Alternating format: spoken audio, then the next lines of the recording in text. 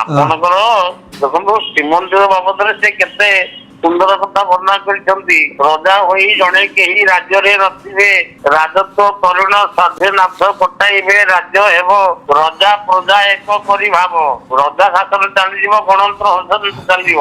ଗଣତନ୍ତ୍ର ଶାସନରେ ରଜା ଯାହା ପ୍ରଜା ସେୟା, ରାଜ୍ୟ ହେବ ରଜା ପ୍ରଜା ଏକ କରି ଭାବ। ବଡ ଦେଉଳୁ ପଥର ଖସି ପଡୁଥିବ, ଥରକୁ ଥର ଦେଖିବୁ ବେରେ ନେତର।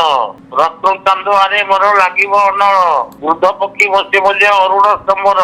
ନିଶା କାଳେ ନୀଳା ଚଳୁ ଚୋରି ହେବ ବାରେ। ଆଜ୍ଞା, ଲକ୍ଷ୍ମୀଙ୍କର ସୁନାମ ଗୋଟେ ଚୋରି ହେଲା କି ନାଇଁ? ରତ୍ନ ଚାନ୍ଦୁଆରେ ନିଆଁ ଲାଗିଛି ନା ନାଇଁ?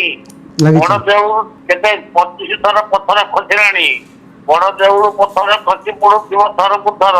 ରତ୍ନ ଚାନ୍ଦୁଆରେ ମୋର ଲାଗିବ ଅନଳ, ବୃଦ୍ଧ ପକ୍ଷୀ ବସିବ ଯେ ଅରୁଣ ସ୍ତମ୍ଭର। ଶାଗୁଣା ପକ୍ଷୀ ଅରୁଣ ସ୍ତମ୍ଭରେ ବସିଛି ନା ନାଇଁ? ଏବେ ମାଳ ମାଳ ଚିଲ ଉଡୁଛନ୍ତି, ସେଇଟା କଣ ହଉଛି ନା ନାଇଁ? ହଉଛି। ଏ ତ ପୁଣି ଆଜ୍ଞା 100 ବର୍ଷ ପୂର୍ବରୁ ଲେଖିଛି। ଏଗୁଡା ତ ଘଟୁଛି, ଲୋକେ ଅବିଶ୍ୱାସ କେମିତି କରୁଛ? ମାଳିକା ଲେଖା କେହି ଅବିଶ୍ୱାସ କର ନା, ଯାହା ଲେଖା ତା ହବ। କଥା ମାନିକିରି ଚଳ, କଥା ମାନିଲେ ବଞ୍ଚି ଯାଇପାର।